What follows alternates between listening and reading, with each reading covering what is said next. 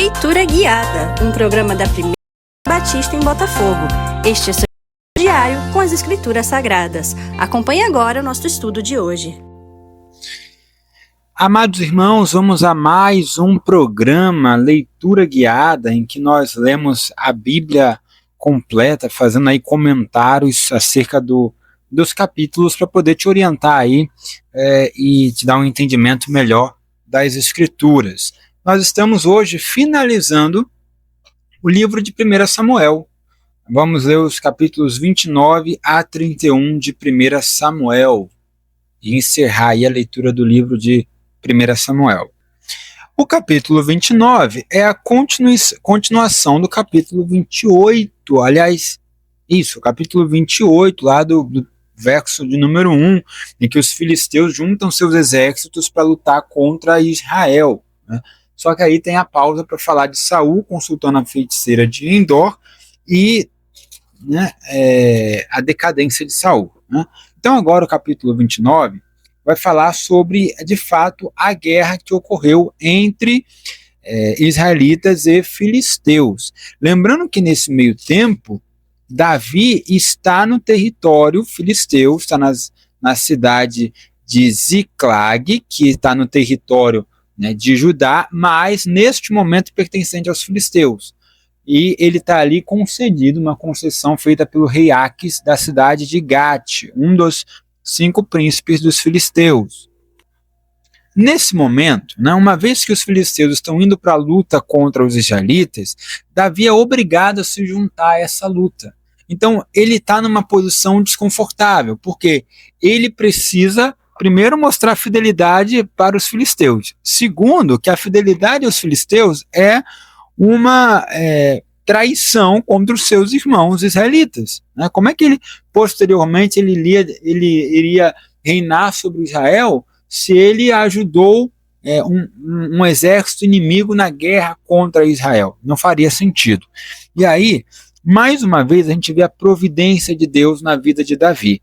Ele vai, então, para a guerra, até que os príncipes dos filisteus, lá no verso 2, os príncipes dos filisteus, então, se os filisteus tinham 5 cidades, 5 cidades-estados e 5 príncipes, um desses príncipes era favorável a Davi, que era o rei Aques, então entende-se que os outros 4 foram contrários a Davi. Então esses outros 4 príncipes vão questionar o rei Aques, dizendo: estes hebreus que fazem aqui? Respondeu Aques aos príncipes dos filisteus: não é este Davi, o servo de Saul, rei de Israel, que esteve comigo há muitos dias ou anos, ou seja, durante muito tempo, e coisa nenhuma achei contra ele desde o dia em que, tendo desertado, passou para mim até o dia de hoje? Então, veja que Davi está sendo tratado como um desertor de Israel pelo rei Aques, e fiel a ele, alguém que está servindo aos filisteus. E onde está a providência de Deus? A providência de Deus se encontra na postura dos príncipes, que vão dizer assim: faze voltar a este homem, para que torne ao lugar que lhe designaste, não desça conosco a batalha, para que não se faça nosso adversário no combate. Pois de que outro modo se reconciliaria com o seu senhor? Não seria porventura com as cabeças destes homens? Então os príncipes dos filisteus entendem que uma forma de Davi se reconciliar com Saul seria traindo os filisteus e ajudando na guerra, ajudando os israelitas na guerra, matando os filisteus. Então seria a forma de Davi se reconciliar com Saul. Para quem está lendo o texto, sabe que isso não vai acontecer, porque ainda que Davi entregasse todo o exército filisteus para Saul, o problema era justamente esse, que a fama de Davi iria crescer mais ainda, e aí Saul iria continuar perseguindo a Davi. Então, isso não faz muito sentido da ótica das relações Davi e Saul, mas isso faz sentido a partir da ótica dos filisteus, que têm no seu meio, entre o seu exército, um cara que até pouco tempo fazia parte do inimigo e ajudou a matar vários filisteus. E eles vão relembrar a música, olha, lá no verso de número 5, que as mulheres cantavam em Israel: Saul feriu seus milhares, porém Davi os seus 10 milhares. Perceba que essa música ela é mais famosa do que a vitória sobre Golias. Na verdade, essa música veio depois da vitória sobre Golias, mas ela ganha assim, uma dimensão quase que internacional, de forma que Davi é muito mais conhecido por essa música do que pela morte de Golias. Veja que interessante. Então, o que vai acontecer? Aques, que é um dos príncipes que está ali ligado a Davi, procura Davi e manda ele voltar para sua terra, para a terra onde ele estava concedido ali, terra de Ziclag. Antes ele faz um elogio a Davi, dizendo ali, olha, tão certo como vive o Senhor, tu és reto, me parece bem que tomes parte comigo nesta campanha. Então ele marca a posição dele. Olha, Davi, eu queria que você estivesse comigo nessa campanha, você é um homem justo, reto, né? Mas os príncipes dos filisteus não se agradam de você. Volta agora e volta em paz, para que não desagrades aos príncipes dos filisteus. E aí Davi até faz ali uma encenação no verso 8, né? Vai dizer assim, o que eu fiz? O que acharam em mim? Eu tenho servido a vocês com lealdade até hoje, né? Mas é uma cena, porque para ele é muito melhor voltar do que ir para a batalha, que seria para ele uma armadilha. Então é a providência de Deus tendo lugar aqui na vida de Davi. Agora vale destacar uma observação, porque lá no verso 1 diz que ele estava em Afeca, ou Afec.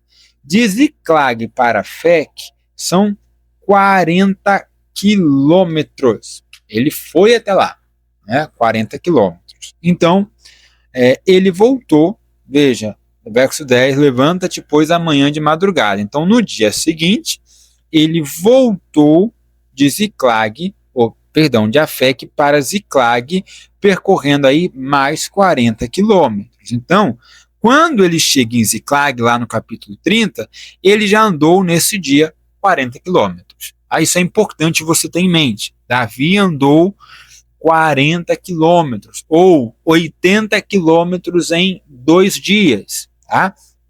Por que essa informação é importante? Porque nós vamos para o capítulo 30. Enquanto Davi foi a Ziclag, percorrendo 40 quilômetros e voltou mais 40, o que aconteceu? Os amalequitas invadiram a cidade de Ziclag. E aí você lembra que Davi ele estava justamente atacando os amalequitas, lá no verso de número 8 do capítulo 27. Davi atacava ali os bandos que tinham por ali de salteadores, entre os quais os amalequitas. Então os amalequitas aproveitaram a saída de Davi, invadiram a cidade de Ziclag, destruíram essa cidade, queimaram ela toda e levaram cativas, verso 2 do capítulo 30, as mulheres que lá se achavam, porém não mataram ninguém. Aqui também entra a provisão de Deus, gente. Olha o cuidado de Deus. Deus não permitiu que ninguém fosse morto, porque qual era aqui o caminho, né? O que era o costume? Matar todo mundo. E não foi feito. Permissão e provisão de Deus para com Davi nesse momento. Eles apenas levaram essas pessoas cativas. Davi volta, percorrendo 40 quilômetros. Chega na cidade, lá no verso 3, cansado. Imagina, você andou 40 quilômetros. O que você quer, provavelmente, é chegar em casa, descansar, repousar, né, fazer um banquete. Mas o que ele encontra é a cidade destruída e queimada. Suas mulheres foram levadas, seus filhos e filhas levados cativos. Isso de toda a população, né? Não só de Davi, mas de toda a população. E o que vai acontecer? Né? O verso 5 destaca ali que as mulheres de Davi também foram levadas, e o verso 6 diz que o povo pensou em apedrejá-lo. Aqui, irmãos, é o auge da solidão de Davi. Por quê? Porque ele tem Saul perseguindo ele tem Israel, né, sendo contrário a ele, porque a figura de Saul domina Israel, então ele não poderia ficar em Israel. Então ele está longe da sua terra.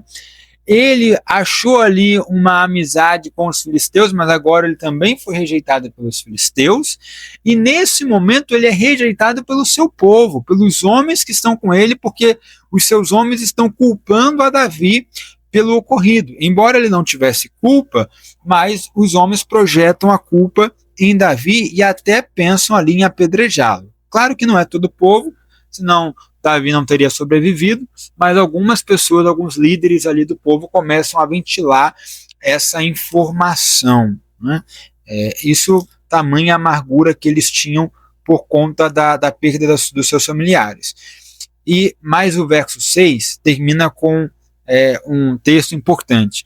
Porém, Davi se reanimou no Senhor seu Deus. Veja, no momento em que ele está sozinho, cansado, sobrecarregado, que o povo se volta contra ele, que ele está no auge da solidão, ele se anima em Deus. Ou seja, Deus é a força de Davi, Deus é o sustento de Davi, Deus é aquele que guarda Davi e o anima para as batalhas, mesmo ele estando sozinho, né? Então, relembrando aí um texto que tem até ela é tratada como santa pela Igreja Católica, chamada Teresa d'Ávila. Ela diz assim, uma oração dela: quem a Deus tem, tem tudo, tudo, né? Então, Davi tem Deus, e isso basta. Davi tinha a presença de Deus consigo, e é essa presença que dá força. No momento de amargura, veja que ele começa o verso 6 muito angustiado, mas ele vai terminar o verso 6 reanimado no Senhor seu Deus, na presença de Deus, com quem ele sabe que pode vencer os desafios da vida, né? Bom, do verso 7 em diante, vai mostrar como é que foi a ação de Davi, né? Ele, até do verso 7 até o verso 20, ele vai até os amalequitas e reconquista então o seu povo. Ele chama o sacerdote Abiatar, o sacerdote que estava com ele, pede para trazer a estola sacerdotal, em outros momentos chamado de éfode, que também servia para buscar ali a direção de Deus. Nessa estola muito provavelmente estavam o Urim e o Tumim, que eram as pedras utilizadas para saber a vontade de Deus, e ele vai fazendo ali perguntas então para Deus, né? Bom, perseguirei eu o bando? Alcançá-lo-ei? E aí a resposta que ele tem é sim, persegue, porque de fato alcançarás e tudo libertarás. E aí ele parte, irmãos, com 600 homens, lá no verso 9. Agora, lembra aqui que desses 600 homens, que, como diz lá em 1 Samuel capítulo 22, verso de número 2, ele tinha 400 com ele. Então, Davi tinha 400, talvez ali, guerreiros com ele. Os outros 200 são as pessoas que se juntaram a ele, aqueles endividados, angustiados de espírito, sua família, né? Então, desses 600, 400 eram aptos à guerra, outros 200 eram pessoas, aqueles improváveis que se juntaram a Davi.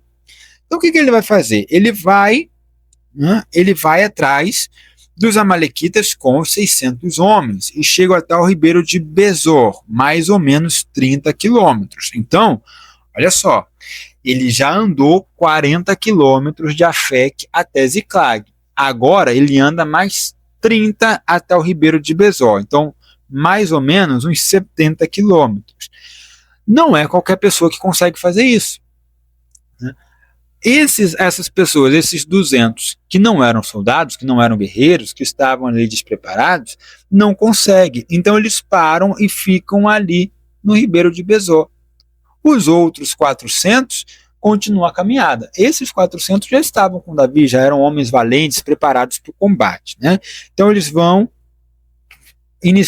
continuam a perseguição contra os amalequitas. Eles estão percorrendo uma área ali meio desértica, né? Aí, olha de novo a providência de Deus, verso 11. Eles acham um homem egípcio, provavelmente um escravo, de um amalequita, né? Alimentam esse egípcio porque ele estava 3 dias sem comer e sem beber nada, ele estava adoentado, foi abandonado ali no deserto. Então ele se recupera. E aí Davi vai perguntar para ele, vai pedir a ele para levá-lo até os amalequitas, ao que o homem consente, desde que Davi poupasse a vida dele. E aí o verso 16, olha, verso 16 diz assim, e descendo guiou. Então esse homem egípcio guiou Davi até os amalequitas. Quando ele chega perto da cidade, ele vê lá os amalequitas comendo, bebendo, fazendo festa. Eles estão lá à noite fazendo festa com tudo aquilo que eles pegaram das cidades que eles invadiram. Davi espera o cair da noite. Por quê?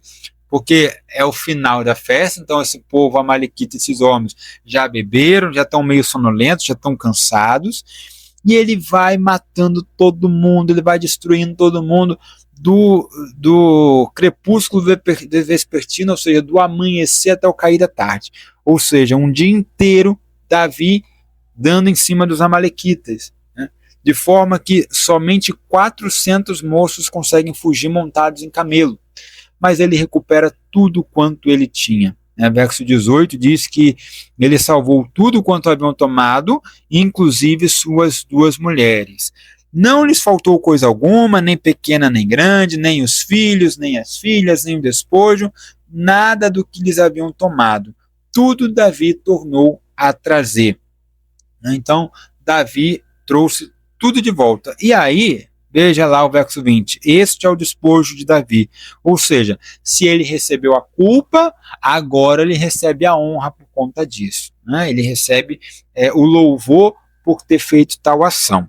Do verso 21 até o verso de número 31, aliás, até o verso de número 25, nós temos uma pequena discussão a respeito dos despojos, né? Eles retornam. Quando eles chegam no ribeiro de Besor, eles têm ali um problema, que é os 400 homens que foram com Davi não querem repartir os despojos, ou seja, os bens que eles arrecadaram na guerra, com os 200 que ficaram. Eles não acham justo. Se 400 foram e lutaram e 200 não conseguiram, por que esses 200 receberiam a mesma coisa, ou a mesma quantidade de bens que os 400 que lutaram? E Davi vai então tomar uma atitude aí muito sábia, né? Baseada na lei de Moisés, baseada no exemplo de Moisés. Olha o que Davi diz lá no verso 23. Não fareis assim, ou seja, não vão ficar com tudo, com o que nos deu o Senhor. Então veja que o despojo que ele recebeu é pela graça de Deus, é fruto do agir de Deus. Ele ainda ressalta mais ainda o agir de Deus. Olha, Deus que nos guardou e entregou às nossas mãos o bando que contra nós vinha. Quem vos daria ouvidos nisso? Porque qual é a parte dos que desceram a peleja, tal será a parte dos que ficaram com a bagagem, receberão partes iguais, né? Então, a ideia aqui é que esses que ficaram com a bagagem, ficaram para proteger as bagagens, então também tinham uma ação importante, porque eles abandonando as bagagens ali, um outro grupo de salteadores poderiam tomá-las. Então, Davi dá uma importância ao grupo que ficou. Essa ação de Davi está baseada numa ação de Moisés lá em Números 30, verso 27, quando... Aliás, Números 31, verso 27, não é Números 30, quando Moisés ataca a tribo dos midianitas, e acontece exatamente isso, né? Uma parte fica com as bagagens e outra parte vai para a luta, né? E aí Moisés divide a presa em 2 partes iguais, uma para os que foram para a peleja e outra para toda a congregação, todos aqueles que ficaram que não eram soldados. Davi, então, toma uma atitude sábia, baseada na lei de Deus. A gente vê a providência de Deus, a provisão de Deus, preservando a vida de todos aqueles que foram sequestrados, mas também a gente vê a sabedoria de Davi, baseada na lei de Deus. E também, lá no início do capítulo 30, lá no verso 7, quando ele decide ouvir a voz de Deus, ele decide ir até Deus e perguntar ao sacerdote o que ele deveria fazer. Davi é alguém que está buscando a vontade de Deus. Enquanto Davi tem sucesso, né, também esse texto ele pode ser comparado com o início lá do reinado de Saul, que uma das primeiras batalhas de Saul foi justamente contra os amalequitas, e Saul não cumpriu com a obediência de Deus, né? Saul, Deus pede lá no capítulo de número 15, Saul deveria matar todos os amalequitas e ele não faz. Esses amalequitas que restaram são justamente esses que vão atacar Davi, né? E aí Davi aqui é bem sucedido onde Saul não foi. Tá? Davi é bem sucedido onde Saul não foi bem sucedido contra os amalequitas. E aí, o que Davi faz lá no verso 26? Olha, ele usa uma estratégia interessante. Ele manda parte dos despojos aos anciãos de Judá. Assim, né, ele está ganhando a confiança da sua tribo, a tribo de Judá. Porque futuramente ele vai ser promovido rei ali naquele território ali de Judá e Hebrom. Né? E o texto de 1 Samuel termina com o capítulo de número 31, que fala sobre a morte de Saul. Para quem acha que a vida de Saul não podia piorar, capítulo 31, os filisteus pelejam contra Israel, de forma que eles vencem, Israel começa a fugir, os filisteus matam toda a família de Saul, aliás, toda entre aspas, né? Não toda, mas mataram ali os filhos de Saul, Jonatas, Abinadab e Malquissua, 3 filhos de Saul, que pertenciam ali às forças de Saul, e eles avistam Saul e começam a ir em direção a ele. O que Saul faz? Ele pede ao seu escudeiro para o matar, para que ele não morresse pelas mãos dos filisteus. O seu escudeiro, um homem de Deus, um servo ungido, sabe que Saul é ungido de Deus, não mata, né? E então Saul mesmo pega a espada da mão dele e se suicida, e ele se mata. Então Saul se suicida. Para quem acha que Saul já estava no fundo do poço quando ele consulta a feiticeira de Endor, lá no capítulo 28, aqui no 31 é o auge, né? É o fundo do poço mesmo, onde não tem saída. Ele mesmo se suicida. Então ele foi descendo cada vez mais numa escala moral até ele mesmo se matar. Essa é a tragédia da vida de Saul. Triste fim da vida de Saul, representando o fim de uma pessoa que não deu ouvidos à voz de Deus, que não foi obediente a Deus, diferente de Davi. Né? E aí fica um ensinamento para a gente. Aquelas pessoas que não ouvem a voz de Deus, a vida delas é confusa, é desorientada. Né? Isso leva à morte, leva à imoralidade, leva a quedas. Enquanto que Davi, seguindo a voz de Deus, vai triunfando, vai ganhando, passa por desertos, passa por lutas, por solidão, por tristeza, mas em todo tempo se vê sobre a vida de Davi a provisão de Deus. Em todo tempo se vê sobre a vida de Davi a presença de Deus ali guiando tudo o que acontece com Davi. Por outro lado, com Saul, tudo vai dando errado. Tudo é um abismo que vai chamando outro abismo, que vai levando ele para caminhos cada vez mais tortuosos e distantes de Deus. Então, Israel perde a batalha, os homens de Israel fogem da cidade, lá no verso 7, de forma que os filisteus passam a habitar as cidades deles, né? Não está mencionado aqui quais eram as cidades, e lá no verso de número 8 até o verso de número 13, tem o encerramento do livro. Lá no verso 8 até o verso 13, temos a sepultura ali de Saul. Os filisteus acham os corpos de Saul, de seus 3 filhos caídos no monte, cortam a cabeça de Saul, então fazem um ritual ali de humilhação, de profanação do corpo, de humilhação, né?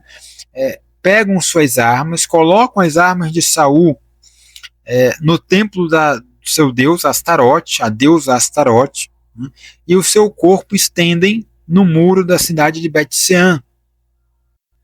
E o que vai acontecer então? Olha, os homens de Jabes-Gileade, da cidade de Jabes-Gileade, lá no verso 11, eles ouvem falar a história, que o corpo de Saul e seus filhos estão sendo profanados, né, estão sendo humilhados. Então eles cruzam o Jordão, porque Jabes-Gileade fica do outro lado do Jordão. Eles cruzam o Jordão, eles vão até a cidade, eles retiram os corpos de Saul e de seus filhos e eles levam para a cidade de Jabes e eles fazem ali uma cremação desses corpos. Ou seja, eles mostram sua lealdade para Saul. Isso é importante, irmãos, porque Jabes-Gileade foi a primeira vitória de Saul, lá em 1 Samuel capítulo 11, quando ele é ungido rei. Algumas pessoas fazem oposição a Saul, perguntando se esse poderia livrá-lo das mãos dos inimigos, e aí há um problema lá na cidade de Jabes, que Naás, um amorreu, está invadindo a cidade e, a gente vai se lembrar dessa história, furando o olho, dos habitantes de Jabes de Gileade, o olho direito, ou seja, deixando eles cegos de um olho. E aí Jabes de Gileade pede ajuda em Israel, e Saul vai lá socorrer a cidade de Jabes. Foi a primeira vitória militar de Saul. Então eles agora, os habitantes aqui de Jabes de Gileade, retomam o favor que eles deviam a Saul. Vão lá, buscam o corpo, fazem uma cremação. É a primeira vez que esse hábito da cremação ele é mencionado. Depois eu acho que só vai ser mencionado na Bíblia lá em Amós capítulo 6, verso de número 10, mas aqui não era um ritual, não era o costume. Provavelmente esses corpos foram cremados primeiro por um risco de infecção, né? Já tinha algum tempo que eles haviam morrido, e segundo, eles fizeram uma viagem longa até a cidade de Jabes, né? Então, de Bet-Sean até Jabes dá uma distância grande. Então, havia esse risco de infecção, mas também para dar ali uma morte digna, né? Um fim digno para Saul e seus filhos. E assim acaba o livro de 1 Samuel. O livro de 1 Samuel acaba no capítulo 31, contando o fim trágico de Saul. A partir do verso do capítulo 9, Saul ele é levantado como rei. No capítulo 31, o seu reinado ele chega ao fim, lembrando que Saul reinou em Israel durante 40 anos. Então é um reinado mais de tragédias. Na verdade, militarmente até foi um reinado bom, positivo, porém o autor do livro de 1 Samuel, ele conta apenas as tragédias, ele conta assim o reinado de Saul de um ponto de vista tanto quanto distante de Deus e cada vez mais se deteriorando, justamente para mostrar que Davi está crescendo, está se expandindo. O texto de 1 Samuel traz um contraste entre Davi e Saul. Esse é o objetivo do texto, mostrar um servo obediente a Deus e um homem autônomo, independente, confuso, que age pelas suas próprias forças. Essa é a história, esse é o contraste que quer mostrar para a gente. É uma lição para que a gente aprenda a não confiar em nós mesmos, não confiar na nossa força, não agir por impulso, antes esperar no agir de Deus e na graça de Deus. Bom, terminamos aqui nossa leitura de mais esse livro, 1 Samuel, e em breve continuaremos lá a leitura no livro de 2 Samuel. Um grande abraço para você e até breve.